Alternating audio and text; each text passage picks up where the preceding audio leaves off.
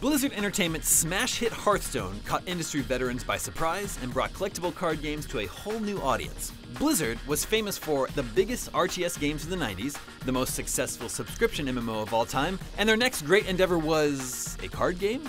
Despite early skepticism, it has proven to be a wildly successful move, with a huge dedicated player base ranging from dabbling casuals to hardcore pros. But it didn't come out of nowhere, and to decipher the origins of one of the decade's most popular video games, we're going to have to leave the safe anonymity of the internet and venture into that unknown and sometimes frightening realm known as real life.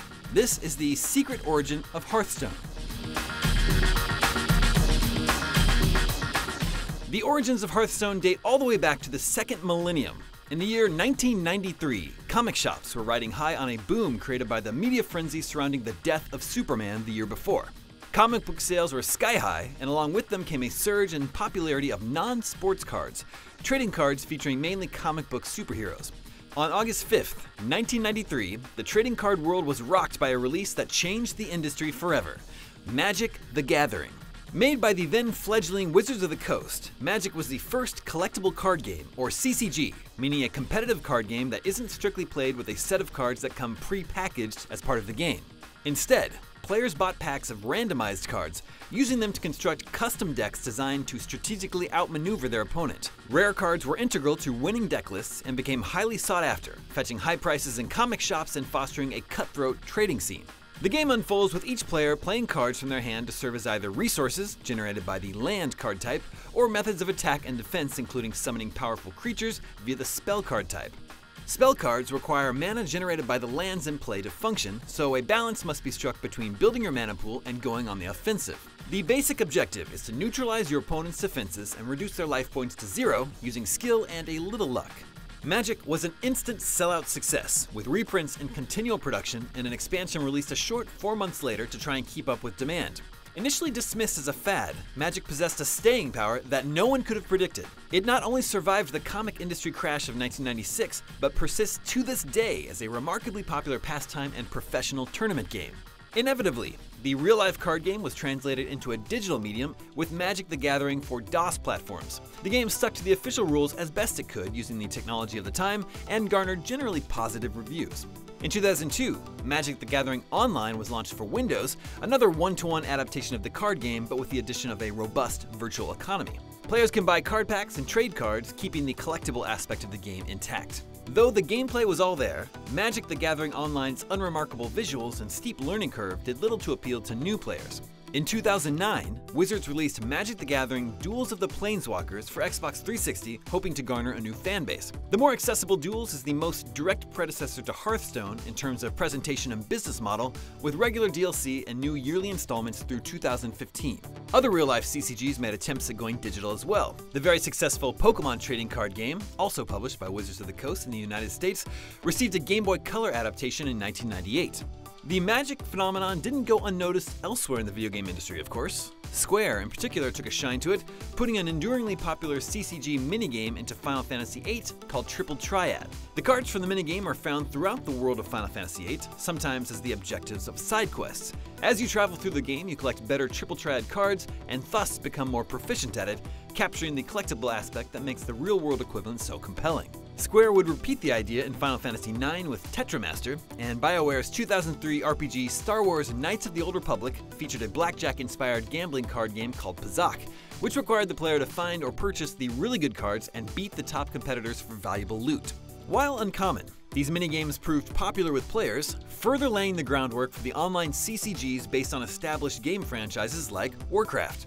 More prevalent in the video game space was Konami's Yu-Gi-Oh!, a ridiculously successful franchise with over 50 video games to its name over the last 2 decades. By the mid-2000s, it was clear, gamers loved digital card games. The near-constant iteration of Yu-Gi-Oh! Titles did a lot to codify how card games are presented in the video game medium, which is something Hearthstone would draw from later. Building on the characters and settings of their mega-hit real-time strategy series Warcraft, Blizzard released the massively multiplayer online game World of Warcraft in 2004. It was an instant smash, becoming the best-selling PC game of 2004 and 2005, and igniting a boom in MMO development across the game industry. In 2006, Blizzard decided to capitalize on WoW's success with a collectible card game, produced at first by Upper Deck and later by Cryptozoic Entertainment, with the fitting title of the World of Warcraft trading card game. To make sure players of the MMO had a reason to try out the CCG, Blizzard added rare loot cards to booster packs, which had a scratch-off code that could be redeemed for an exclusive in-game item. This crossover between games encouraging players of the established game to try the new game proved an effective strategy, one Blizzard continues to use today. The Wow Ccg lasted until 2013, when Blizzard decided not to renew their license with Cryptozoic in preparation for the release of Hearthstone in 2014 for Windows, iOS, and Android devices. Hearthstone borrows a lot of content from the Wow Ccg. Some cards, like Force of Nature and the minion based on viral phenomenon Leroy Jenkins, made the leap to Hearthstone with art and card function largely intact, while others changed substantially. But a surprisingly large amount of Hearthstone's art comes directly from the Wow Ccg. Hearthstone's gameplay takes the hero character with a deck of minions and abilities idea of the physical card game and streamlines it to a degree that makes the gameplay faster and lets newbies learn the ropes easier. Magic the Gathering remains the strongest influence on the game, and its relevance to Hearthstone is twofold.